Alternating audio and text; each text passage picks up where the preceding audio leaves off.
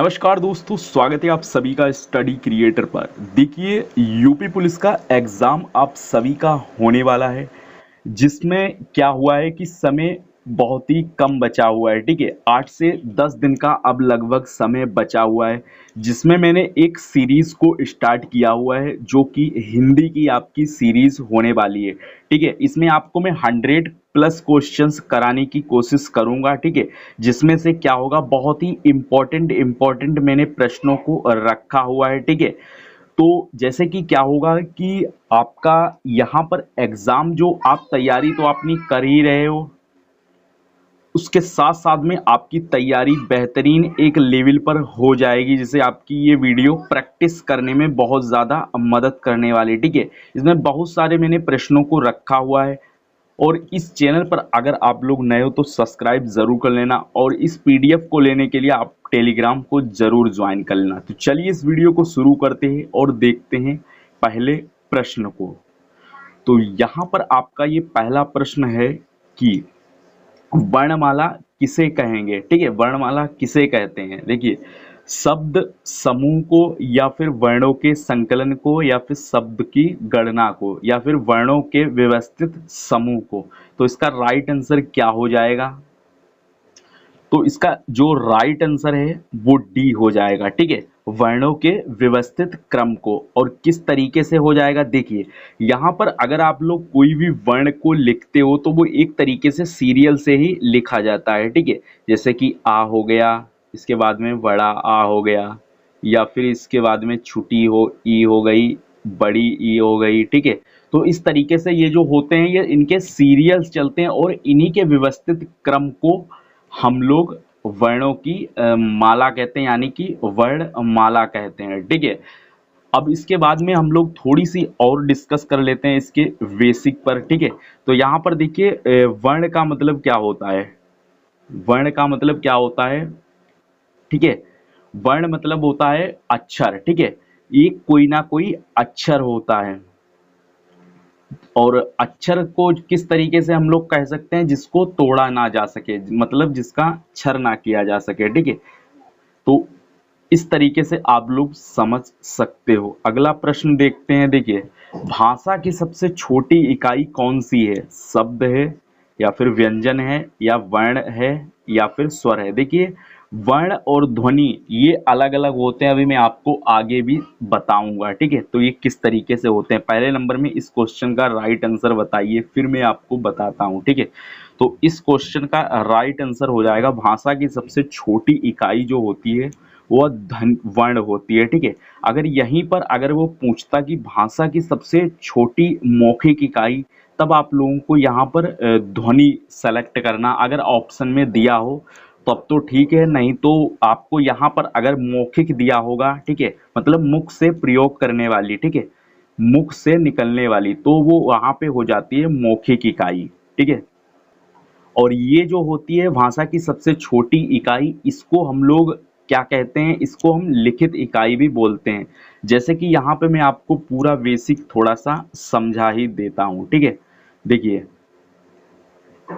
एक सेकेंड, यहाँ पर देखिए, भाषा की जो होती है, भाषा भाषा की सबसे छोटी इकाई, ठीक है, सबसे छोटी इकाई, जो छोटी इकाई होती है उसको वर्ण या ध्वनि भी कह सकते हो। ठीक है, वर्ण या ध्वनि भी कह सकते हो, क्योंकि यहाँ पर सिर्फ इतना कह देता है कि भाषा की सबसे छोटी इकाई, तो इसको हम वर्ण या ध्वनि भी कह सकते हैं। अब यहाँ पर कह दे, अगर आपको ऑप्शन, बहुत सारे प्रश्न आ जाते हैं आपकी परीक्षा में, तो यहाँ पर अगर क्वेश्चन बन जाए कि भाषा,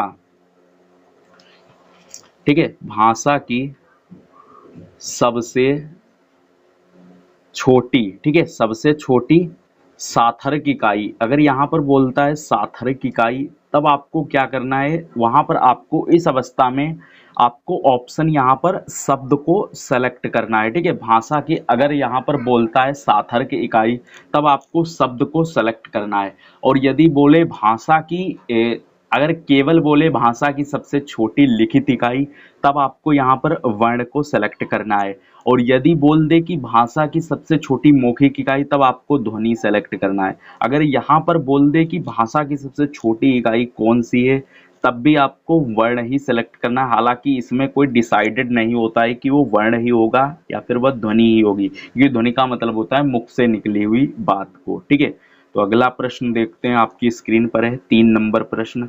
हिंदी वर्णमाला में वर्ण वर्ण हैं, हिंदी वर्णमाला में कितने वर्ण हैं? ठीक है, तो इसका राइट आंसर क्या हो जाएगा, ये तो आप सभी को पता ही होगा, टोटल कितने होते हैं? 52। अगला प्रश्न देखते हैं। देखिए, भाषा की सबसे छोटी इकाई, भाषा की सबसे छोटी इकाई क्या हो जाएगी? ये अभी मैंने आपको प्रश्न बताया हुआ था। ठीक है, भाषा की सबसे छोटी इकाई, तो ये क्या हो जाएगा? ये हो जाएगी वर्ण। ठीक है, भाषा की सबसे छोटी इकाई वर्ण हो जाएगी इसका राइट आंसर। अगला प्रश्न देखते हैं। वीडियो को आपको पूरा देखना है, आपका कंप्लीट रिवीजन यहाँ पर होने वाला है। अगला प्रश्न देखिए 5 नंबर। व्यंजन और स्वर के संयुक्त रूप को क्या कहते हैं? व्यंजन और स्वर के संयुक्त रूप को क्या कहते हैं? ठीक है, तो यहाँ पर इसका राइट आंसर क्या हो जाएगा? तो व्यंजन और स्वर के रूप को क्या कहते हैं? तो इसका राइट आंसर हो जाएगा अक्षर। ठीक है, अब ये किस तरीके से हो जाएगा, यहाँ पर मैं आपको थोड़ा सा, ये सारे के सारे प्रश्न हैं, ये बहुत ही इंपॉर्टेंट हैं। ठीक है, ये किसी ना किसी एग्जाम में पूछे गए हैं। तो यहाँ पर देखिए ये अक्षर हो जाएगा। मैं आपको यहीं पे थोड़ा सा इसको बता देता हूँ। देखिए, अक्षर, अब मान लीजिए ऐसा कोई शब्द हो जिसमें कि व्यंजन भी हो और स्वर भी हो। ठीक है, तो उसको उसको व्यंजन और स्वर के संयुक्त रूप को ही अक्षर कहते हैं। ठीक है, मान लीजिए कोई भी शब्द जैसे कि लिखा होता है, उसमें क्या होता है कि व्यंजन भी शामिल होता है और स्वर भी शामिल। एग्जाम्पल के तौर पर मैंने एक लिखा हुआ है आम। ठीक है, आम एक शब्द को लिखा हुआ है। तो इसमें क्या है, जैसे कि यहाँ पे ये आ ही है, अगर आप इसको तोड़ोगे, ठीक है, तो आ को यहाँ पर हम लोग तोड़ देते हैं। देखिए, अब मैं इसके पीछे का पूरा आपको एक तरीके से समझाने की कोशिश करता हूँ। ठीक है, तो यहाँ पर आपको देखना है, एक शब्द में यहाँ पे जैसे प्रयोग कर रहा हूँ राम। ठीक है, जैसे कि मैंने यहाँ पे प्रयोग किया राम। ठीक है, राम में क्या है, राम ये क्या है, एक शब्द है। ठीक है, ये क्या है, एक शब्द जो लिखा हुआ है। अब इसमें क्या है, एक ये राम शब्द है, अब इसमें ये कितने अक्षरों से मिलकर बना हुआ है? ये 2 अक्षरों से मिलकर बना हुआ है, यानी इसमें 2 अक्षर हैं और 4 वर्ण हैं। ठीक है, वर्णों की संख्या कितनी है? इसमें 4 है, 4 ये वर्ण हैं। अब इनको अगर तोड़ा जाए, ठीक है, अब मान लीजिए मैं राम को तोड़ता हूँ। देखिए, रा अलग हो गया और ये माँ अलग हो गया। ठीक है, ये रा अलग हो गया, माँ अलग हो गया, इनकी संख्या कितनी है? 2। ठीक है, ये अलग हो गया, यानी कि ये 2 अक्षरों से मिलकर बना हुआ है। अब अगर हम इनके वर्ण देखते हैं, ठीक है, राम के मान लीजिए अब हम वर्ण देखते हैं। ठीक है, जैसे कि राम के अगर हम वर्ण देखते हैं, तो हमने राम को पहले नंबर में रा को तोड़ना है। ठीक है, तो रा में क्या है, ये एक हलंत हो जाएगा और इसके बाद में इसमें कितनी, किसकी मात्रा है? बड़ा आ की मात्रा है। ठीक है, इसके बाद में माँ को हम लोग तोड़ते हैं इस तरीके से, और इसके बाद में यहाँ पर किसकी मात्रा है? यहाँ पर छोटा आ की मात्रा है। तो इस तरीके से आप देख सकते हो, 1 2 3 और ये टोटल कितने हो गए? 4। ठीक है, उम्मीद है आपको समझ में आ गया होगा। और विन अब हम लोग क्वेश्चंस की तरफ बढ़ते हैं। आप लोगों ने ये सब तो पढ़ ही लिया होगा। ठीक है, तो आपका रिवीजन होना जरूरी है। चलिए क्वेश्चन नंबर 6 को देखते हैं। हिंदी भाषा में कितने स्वर होते हैं? हिंदी भाषा में टोटल कितने स्वर होते हैं? ठीक है, तो हिंदी भाषा में यहाँ पर 11 स्वर होते हैं। अब यहाँ पर आप सभी को पता होगा ये टोटल 11 स्वरों की संख्या होती है।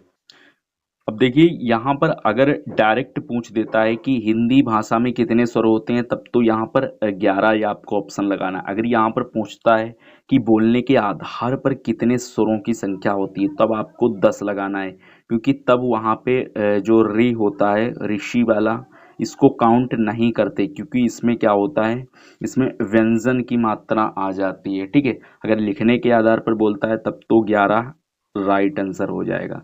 अगला प्रश्न देखते हैं, हिंदी भाषा में कितने व्यंजन होते हैं? हिंदी भाषा में कितने व्यंजन होते हैं? इसका राइट आंसर कितना हो जाएगा?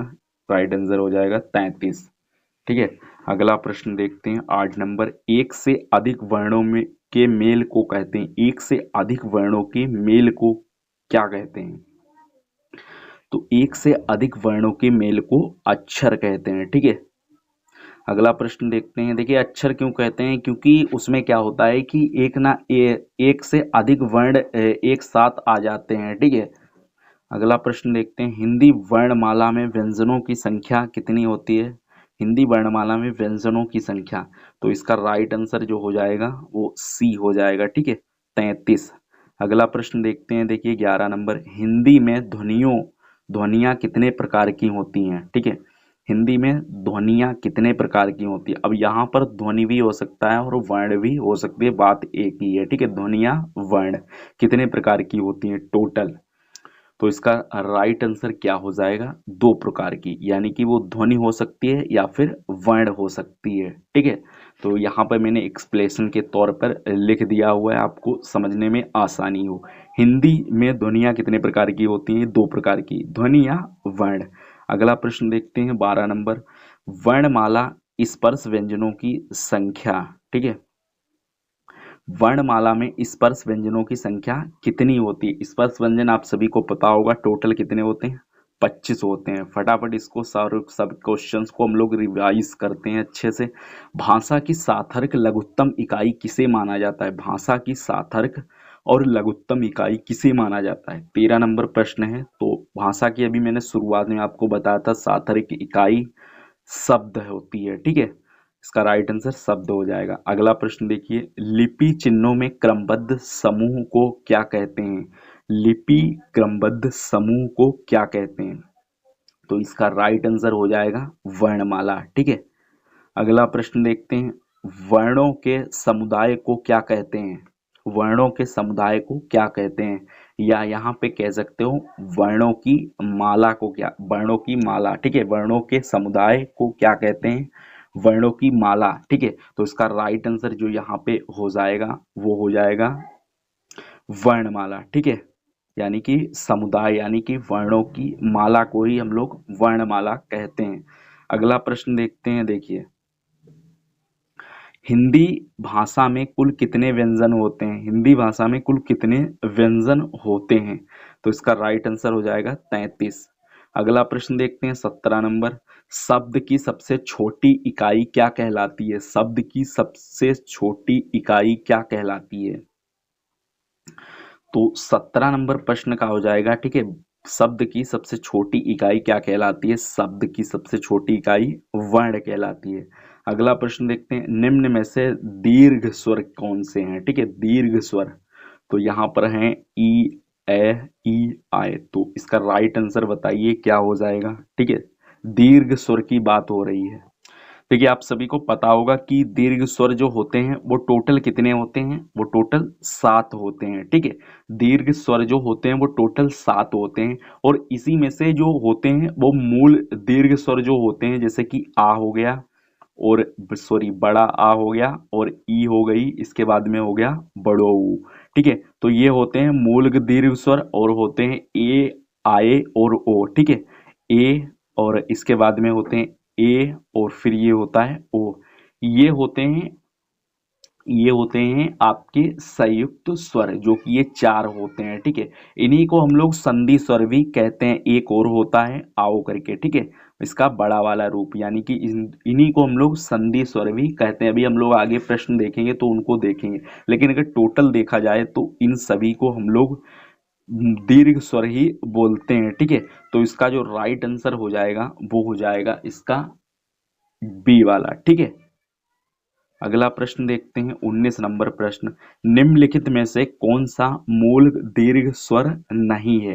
मूल दीर्घ स्वर नहीं है। ठीक है, अभी मैंने आप सभी को बताया होता कि जो 3 होते हैं आपके मूल दीर्घ स्वर, आ, ई और ऊ। ठीक है, आ, ई, ऊ, ये होते हैं, यानी कि ये वाला भी आपका दीर्घ स्वर हो गया, ये भी दीर्घ स्वर हो गया, और ये भी दीर्घ स्वर हो गया। ठीक है, तो इसमें कौन सा दीर्घ स्वर नहीं है? ये आपका 19 नंबर में डी, ओ, यानी कि ओ इसमें दीर्घ स्वर नहीं है।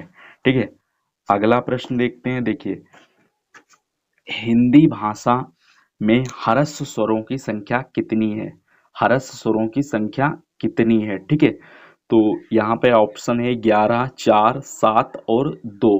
ठीक है, तो इसका राइट आंसर क्या हो जाएगा? ह्रस्व स्वरों की संख्या। तो इसमें ये ह्रस्व स्वर जो होते हैं वो आप सभी को पता होगा, इनकी संख्या जो होती है वो 4 होती है। ठीक है, अब कौन कौन से ह्रस्व स्वर होते हैं? ह्रस्व स्वर वे स्वर होते हैं, जैसे कि मैं यहाँ पे थोड़ा सा बता देता हूँ। ह्रस्व स्वर वे स्वर होते हैं जैसे कि जिनमें बोलने में, ठीक है, बोलने में कम समय लगे, बोलने में कम समय लगे। ठीक है, बोलने में क्या हो? कम समय लगे। जैसे कि आपके स्वर हो गए आ, ई, ऊ, और इसके बाद में हो गया री।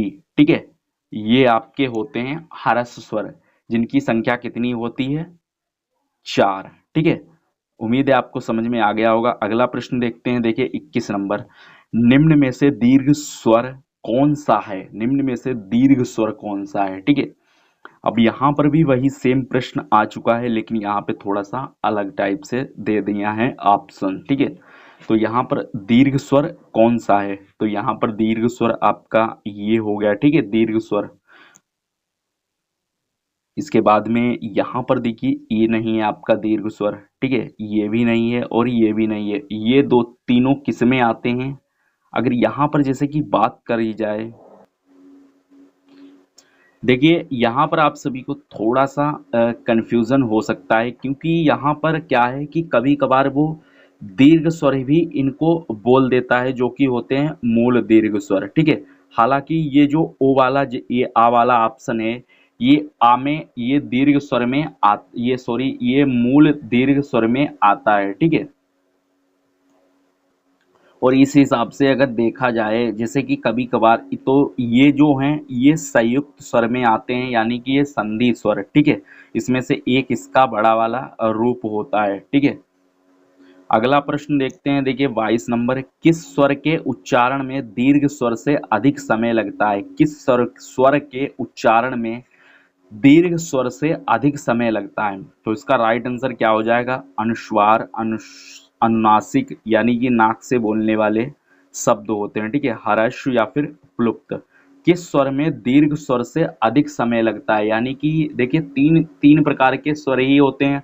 ह्रस्व स्वर होता है, ठीक है, एक होता है ह्रस्व स्वर, दूसरा होता है दीर्घ स्वर, और एक होता है लास्ट वाला प्लुप्त स्वर। यानी कि ह्रस्व स्वर के बाद में आता है, ह्रस्व स्वर से 2 गुना समय लेता है दीर्घ स्वर, और दीर्घ स्वर से दो उससे भी ज्यादा समय लेता है प्लुप्त स्वर।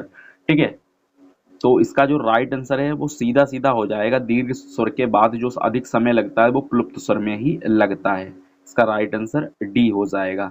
अगला प्रश्न देखते हैं, प्लुप्त स्वर में कौन सा, प्लुप्त स्वर कौन सा है? ठीक है, सॉरी, प्लुप्त स्वर कौन सा है? तो इसका राइट आंसर क्या हो जाएगा? आप लोग कमेंट में बताने की कोशिश कीजिए। तो इसका राइट आंसर जो हो जाएगा, जो सबसे अधिक समय लेने वाला है, ओम का जाप। ठीक है, ओम, इस तरीके से। ठीक है, तो इसका राइट आंसर ए हो जाएगा। अगला प्रश्न देखते हैं। देखिए, हिंदी स्वरों का वर्गीकरण जीव के भाग के आधार पर किया जाता है, तो निम्नलिखित में से कौन सा भेद इसके अंतर्गत नहीं आएगा? कौन सा भेद इसके अंतर्गत नहीं आएगा? तो इसका राइट आंसर क्या हो जाएगा? वीडियो को आपको पूरा एंड तक जरूर देखना है, ठीक है, तभी आपका रिवीजन यहाँ पर होने वाला है।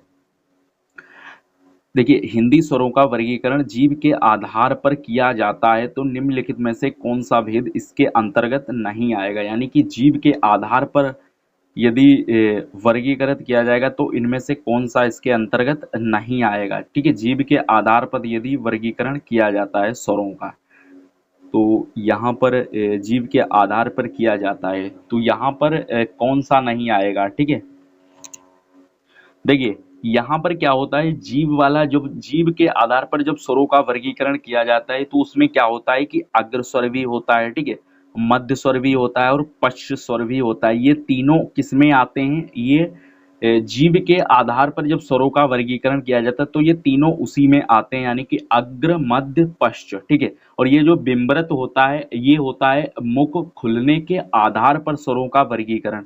तो यानी कि इसका जो इस प्रश्न का जो राइट आंसर है वो डी हो जाएगा, क्योंकि यही नहीं आता है जीव के आधार पर स्वरों के वर्गीकरण में, ठीक है।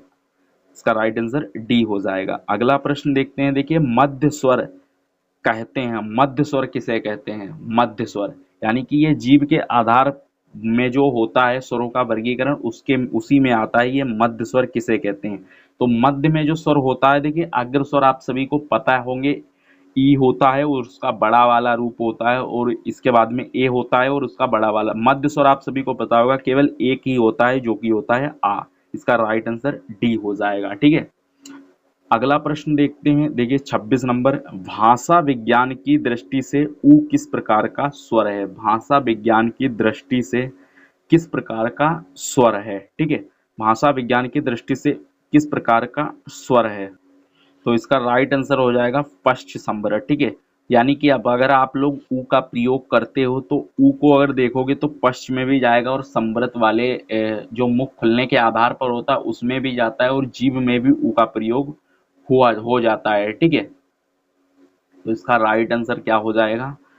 पश्च संवृत।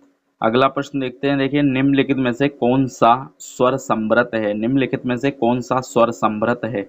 इसका राइट आंसर क्या हो जाएगा? कमेंट में बताइए, ठीक है।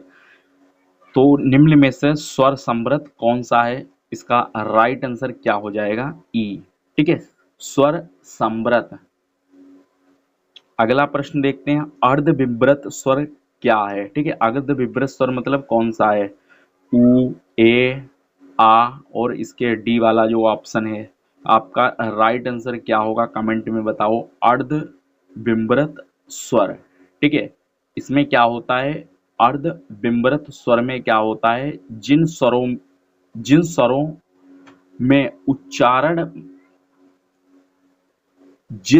में उच्चारण में मुख आधा खुला हो, ठीक है। तो इसका राइट आंसर क्या हो जाएगा? कमेंट में बताइए। इसका राइट आंसर जो है वो हो जाएगा, यहाँ पर होने वाला है ए, ठीक है।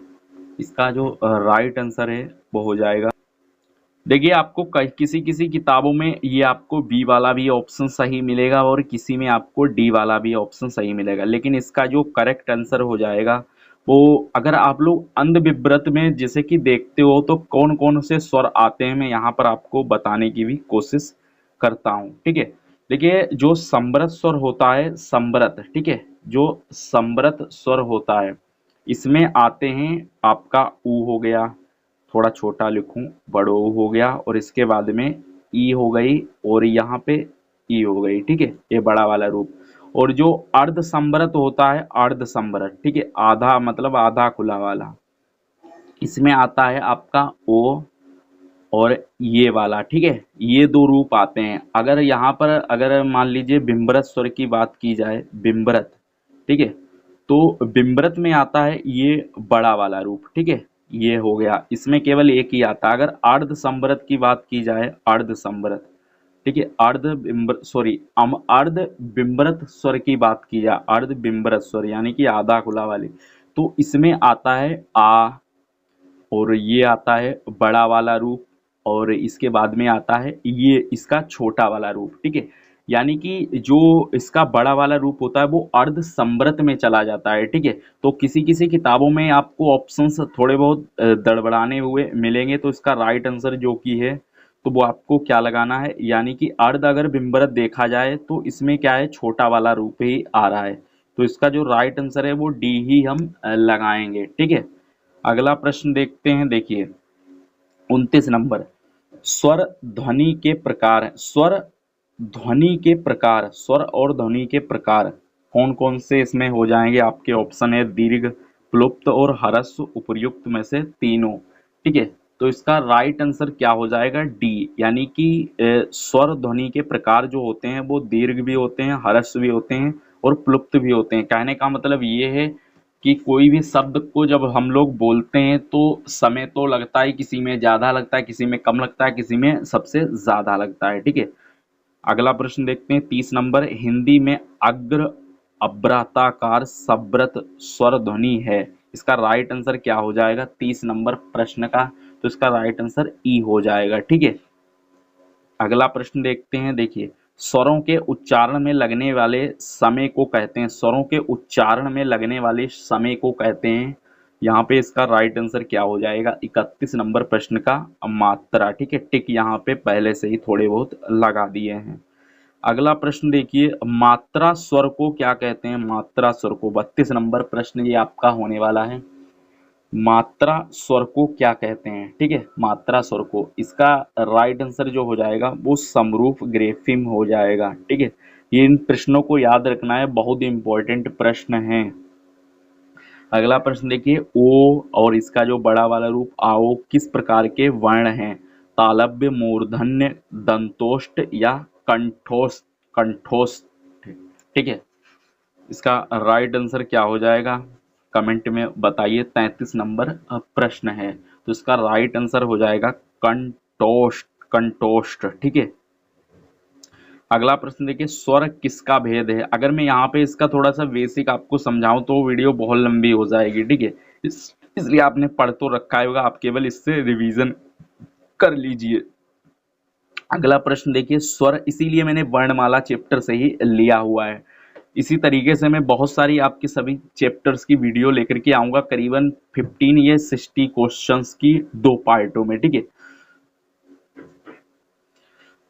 अगला प्रश्न देखिए 34 नंबर, स्वर किसका भेद है? संधि, वर्ण, समास या लिंग? ठीक है, तो इसका राइट आंसर क्या हो जाएगा? सी, यानी कि वर्ण का भेद है। ठीक है, अगला प्रश्न देखिए 35 नंबर, निम्नलिखित में से कौन सा संयुक्त स्वर नहीं है? निम्नलिखित में से कौन सा संयुक्त स्वर नहीं है? 35 नंबर प्रश्न का राइट आंसर हो जाएगा ओ। ठीक है, जल्दी जल्दी से प्रश्नों को देख लेते हैं क्योंकि बहुत सारे प्रश्न हैं। अगला देखिए, निम्नलिखित में से कौन सा स्वर कंठ तालव्य है? कौन सा स्वर कंठ तालव्य है? 36 नंबर प्रश्न का राइट आंसर क्या हो जाएगा? कंठ तालव्य है, तो उसका राइट आंसर हो जाएगा ए। ठीक है, अगला प्रश्न देखिए, निम्नलिखित में से कौन से शब्द में अनुनासिकता है? संभन, संभावना या संभालना या संभावित? ठीक है, तो इसका राइट आंसर क्या हो जाएगा? सी का, इसका 37 नंबर का राइट आंसर सी हो जाएगा। ठीक है, संभालना। अगला प्रश्न देखिए 38 नंबर प्रश्न को हम लोग देखते हैं। देखिए, कौन से शब्द में अनुनासिकता है? तो इसका राइट आंसर यहाँ पे पहले से ही टिक लगा हुआ है, बहुत सारे लोगों ने देख भी लिया होगा। ठीक है, तो यहाँ पर कटीला। अगला प्रश्न देखिए, किस वर्ण का उच्चारण स्थान कंठ तालु है? तो इसका राइट आंसर क्या हो जाएगा? 39 नंबर प्रश्न का राइट आंसर क्या हो जाएगा? 39 नंबर प्रश्न का राइट आंसर डी हो जाएगा। ठीक है, ए। अगला प्रश्न देखिए 40 नंबर प्रश्न को देखते हैं, ए के उच्चारण स्थान का नाम क्या है? ठीक है, ए के उच्चारण स्थान का नाम, ए के उच्चारण स्थान का नाम, इसका राइट आंसर क्या हो जाएगा? 40 नंबर प्रश्न का राइट आंसर हो जाएगा डी, कंठ तालव्य। अगला प्रश्न देखिए 41 नंबर, स्वर ए और अय का उच्चारण स्थान कौन सा है? ए और ए का उच्चारण स्थान कौन सा है? तो इसका राइट आंसर 41 नंबर प्रश्न का हो जाएगा कंठ तालव्य। बहुत इंपॉर्टेंट प्रश्न है, आपने अगर इनका बेसिक पढ़ा होगा तभी आपको ये सारे के सारे प्रश्न रिवीजन करने में मजा आ रहा होगा। अगला प्रश्न देखिए, मात्रा के आधार पर स्वर कितने प्रकार के होते हैं? मात्रा के आधार पर स्वर कितने प्रकार के होते हैं? यहाँ पर 42 नंबर आपका ये प्रश्न होने वाला है, इसके राइट आंसर हो जाएगा 3। ठीक है, अगला प्रश्न देखिए, वर्ण तालिका के अनुसार हर्ष, दीर्घ और प्लुप्त क्या है? वर्ण तालिका के अनुसार हर्ष, दीर्घ और प्लुप्त क्या है? ठीक है, तो इसका राइट आंसर क्या हो जाएगा 43 नंबर प्रश्न का? तो इसका राइट आंसर हो जाएगा स्वर। ठीक है, अगला प्रश्न देखते हैं। देखिए, जिनकी ध्वनि केवल मुख से निकलती है वे हैं, वे क्या हैं? ठीक है, तो जिनकी ध्वनि केवल मुख से निकलती है, 44 नंबर प्रश्न का राइट आंसर हो जाएगा निर्नासिक स्वर। ठीक है, निर्नासिक स्वर, यानी कि जिनकी ध्वनि केवल मुख से निकलती है तो उन्हें निर्नासिक स्वर कहते हैं। अगला प्रश्न देखिए 45 नंबर, कंठ तालव्य कौन सा है? कंठ तालव्य मतलब कौन सा है इसमें से? तो कंठ तालव्य इनमें से कौन सा है? 45 नंबर प्रश्न का राइट आंसर क्या हो जाएगा? ए और आए। ठीक है, ये हो जाएगा इसका राइट आंसर।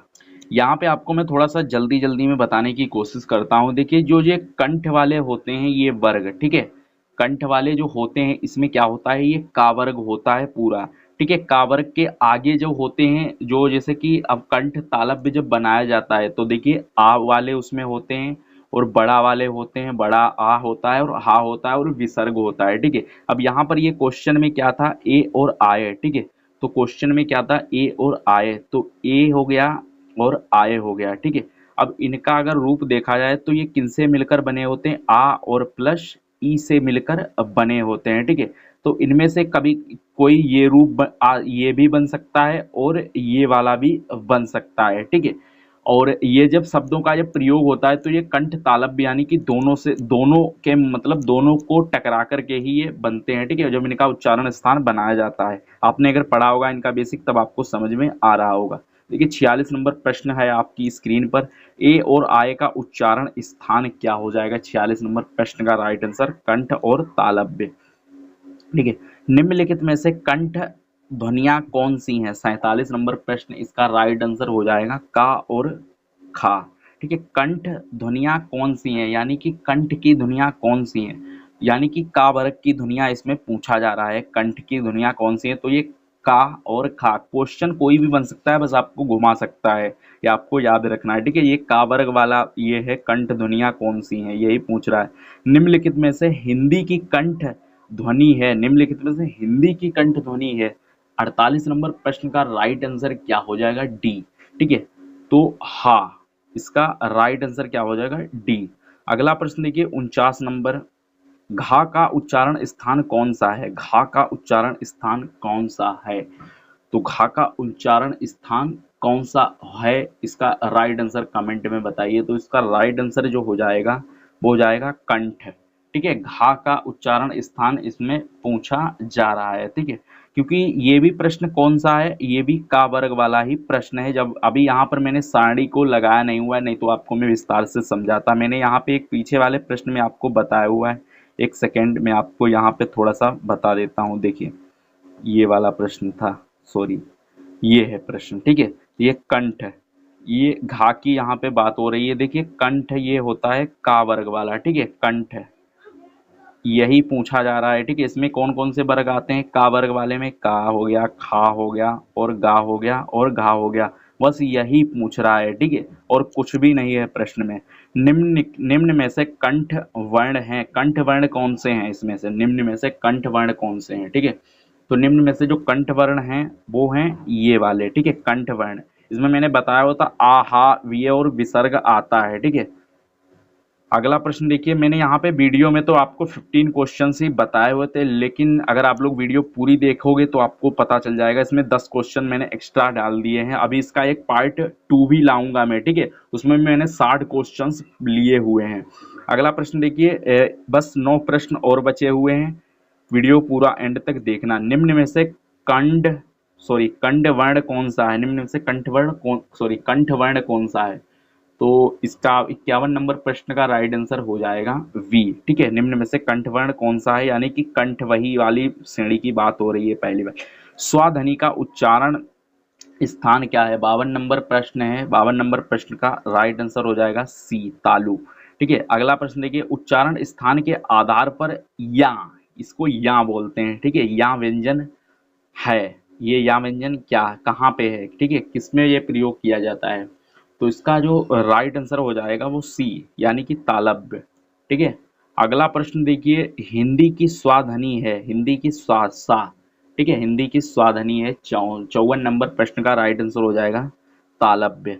अगला प्रश्न देखिए, चा छा जा झा वा का उच्चारण स्थान क्या है, ठीक है। ये पूरा का पूरा यहाँ पे चा वर्ग इन्होंने रख दिया है, ठीक है। तो इसका जो चा वर्ग यहाँ पे रख दिया है, यानी कि ये कौन सा है, ये इसका उच्चारण स्थान, ठीक है, चा छा जा। इसका राइट आंसर कमेंट में बताइए। तो इसका राइट आंसर क्या हो जाएगा, तालु, ठीक है, यानी कि यह चाल पूरा का पूरा यहाँ पे क्या रख दिया है, टावर्ग बहुत सॉरी चावर्ग रख दिया, यानी कि ये तालव्य वाला है, ठीक है। अगला प्रश्न देखिए, निम्नलिखित में से व्यंजनों में से कौन सा व्यंजन उच्चारण उच्चारण तालु से होता है, ठीक है, तालु से होता है। यानी कि इसमें आप सभी को पता होगा, ना तो काका होता है, ना तो ढाका होता है, ना तो इसका होता है, यानी कि छाका होता है। 56 नंबर प्रश्न का राइट आंसर क्या हो जाएगा? सी। अगला प्रश्न देखिए, बहुत ही आसान प्रश्न है, बस आपको थोड़ा सा दिमाग लगाना है और वीडियो को पूरा एंड तक रिवाइज कर लेना है। ई, बड़ी ई और चा, छा, जा, उआ, का आदि उच्चारण होता है। तो 57 नंबर प्रश्न का राइट आंसर हो जाएगा तालव्य, ठीक है।